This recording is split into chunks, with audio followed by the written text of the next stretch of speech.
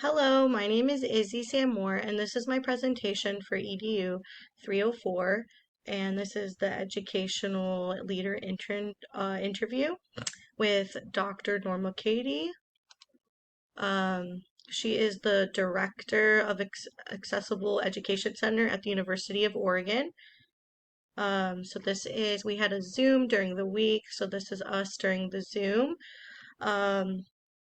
And today I will be sharing the insights from my interview with Dr. Norma Cady, the director of the Accessible Education Center at Oregon.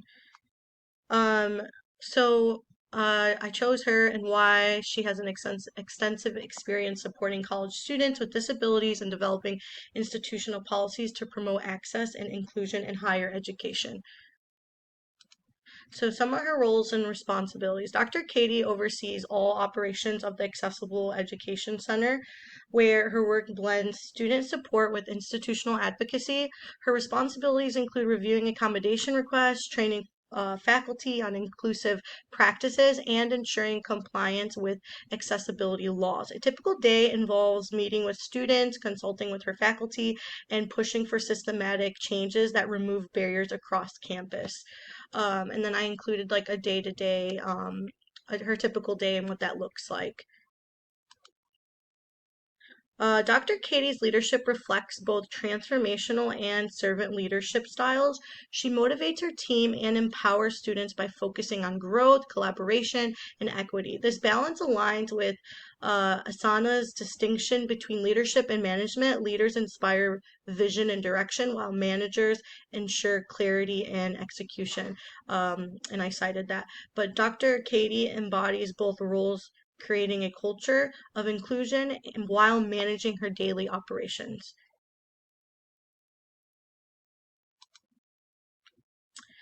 Data-driven decision making. Data plays an important role in her decisions. She tracks students' outcomes such as retention and GPA, reviews accommodation trends, and uses accessibility audits to guide improvements.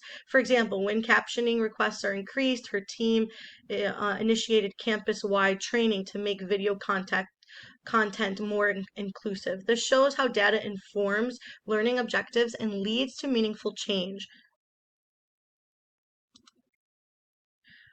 Learning experiences for others. Beyond policy, Dr. Cady designs learning experiences for her faculty, staff, and students. She leads professional development workshops on universal design and learning, trains staff on proactive accessibility practices, and mentors students to build confidence and self-advocacy. This reflects developmental leadership, where leaders mentor and coach others to strengthen adaptability and long-term success. And I also quoted from the source below, Dell and Cyril. And this was just a policy should not just a quote from Dr. Norma Cady. She said policies could not just comply with the ADD, should not just comply with the ADA. They should anticipate and welcome the needs of students with disabilities.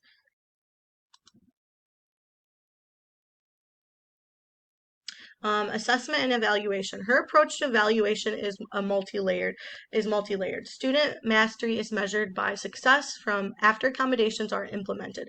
Faculty growth is assessed through surveys and evidence of classroom practice.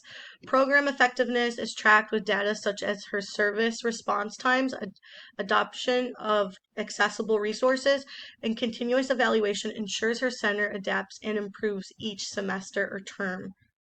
And just making sure she gets student feedback. That's really important as well. Optimism and leadership. Optimism is central to Dr. Cady's leadership. As De Souza in the book explains, optimists believe they will accomplish what they set out to do.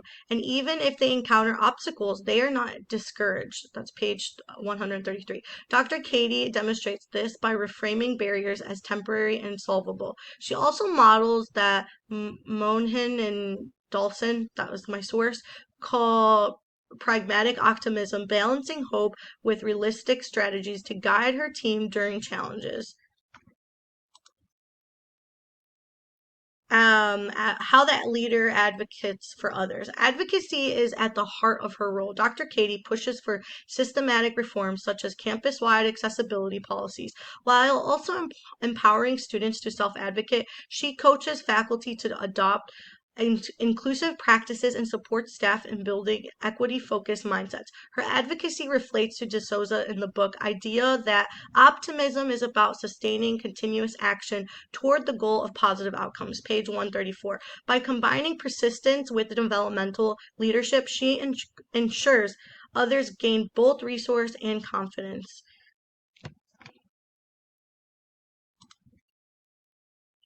Conclusions and my aha moments.